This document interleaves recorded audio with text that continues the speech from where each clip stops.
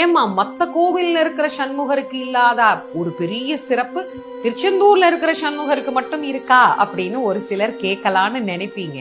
எப்பயுமே நான் ஒரு தலத்தை பத்தி சொல்லும் போது, அதிலும் குறிப்பா முருகனை பத்தி பேசும்போது அருணகிரிநாதரை பத்தி பேசாம இருக்கவே முடியாது, இருக்கவும் மாட்டேன். அது எல்லாருக்கும் நல்லா தெரியும். அதனால இந்த தலத்துல அருணகிரிநாத சுவாமிகள் வந்து முருகப்பெருமானை வழிபாடு செய்து சண்முகரை வழிபட்ட போது சிவபெருமானுடைய நடன தரிசனத்தை அருணகிரிநாதருக்கு முருகப்பெருமான் இங்குதான் காட்டி அருளினார்.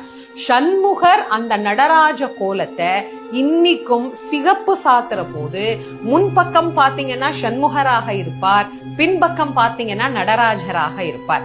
இன்னைக்கும் அருணகிரிநாதருக்கு நடராஜ தரிசனம் காட்டியது நானும் எங்க அப்பாவும் வேற இல்லப்பா, 2 பேரும் ஒண்ணுதான் அப்படிங்கறத காட்டிய கோலத்தை சண்முகர்